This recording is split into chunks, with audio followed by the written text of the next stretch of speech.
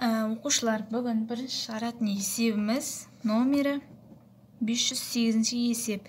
Берілгенде алдымен берілген бөлшектерді қысқартып, ортақ бөлімге келтіріп қысқартып, содан кейін барып жай бөлшектерді ортақ бөлімге келтіреміз. Өрнектің мәнін табады екеміз.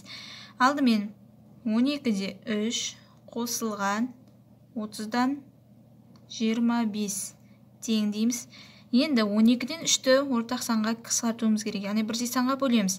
12 3-ке бөлінеді, сол себепті де 12-ні 3-ке бөлеміз. 12-ні 3-ке бөлсек, бізде 4, ал 3-ті 3-ке бөлсек 1 қалады. Қосылған 35-ні 25-ті ортақ қандай санға қысқарталамыз? Әрине 5, себебі біреуі 5-тен, біреуі 0-де аяқталып тұр. 30-ды 5-ке бөлсек 6, 25-ті 5-ке бөлсек 5 шығады оқушылар.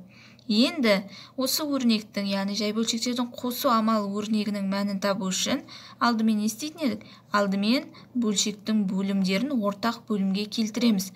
Бұл жерде мына екеуін алып қоса салу деген сөз емес. Ешқашанда бөлшектің бөлімдерін қосып жібермейміз. 6 мен 4-тің ортақ бөлімге келтірейік. 6 мен 4-ті бөлінетін ең кіші ортақ бөлгіш бұл бізде 12. 12-ні 4-ке бөлсең 3 шығады, 12-ні 6-ға бөлсең 2 шығады. 3 қосылған 10 тең болады 13-тен, яғни 12-ден 13 шықты оқушылар. Яғни оқушылар, алдымен біз не істедік? Алдымен біз бөлшектерді қысқартып алдық, яғни қысқартып алдық. 12 мен 3-ті, 35 мен 25-ті 4-тен 1-ге қосылған 6-тан 5-ке айналдырып алдық. Одан кейін барып екеуінің өрнектің мәнін таптық ортақ бөлімге келтіру арқылы.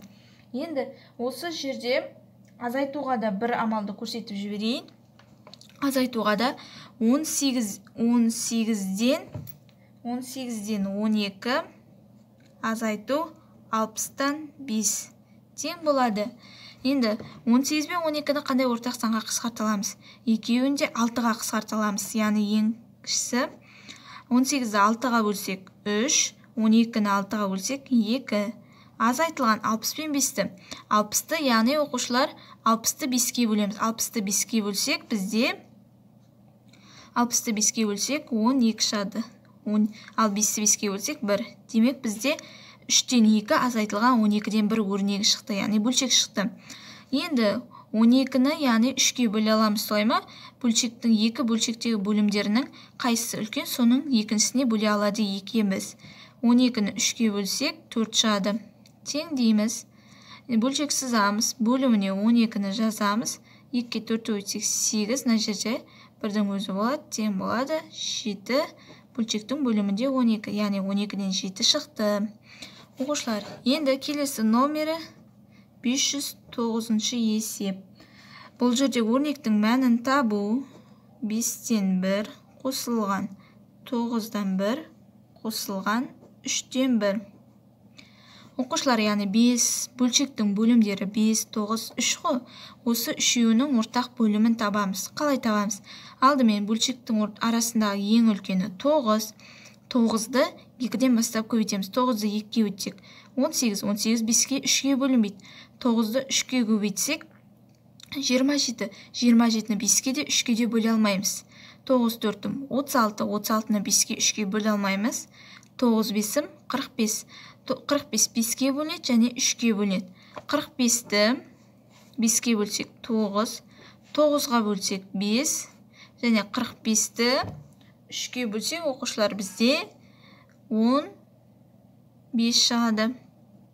15. Енді бөлшектің бөліміне 45-ті жазамыз. 9 қосылған 5 қосылған 15 дейміз. Тең болады неше шығады оқушылар? Мына жерде бөлшектің бөлімін 45 деп жазамыз. Алымында 29 оқушылар.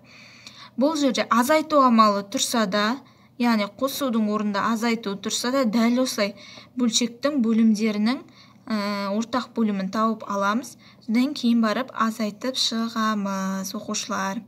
Яғни бөлшектің бөліміндегі мысалы 45-ті ортақ бөлім ретінде алдық қой. 45-ті 5-ке бөлгенде 9. 9-ды сол бөлшектің үстіне жазасыздар. Толықтырғыш көбейткіш ретінде, яғни алымының үстіне. 45 9-ға бөлгенде 5 шықты. Сол бөлшектің алымына үстіне жаздық.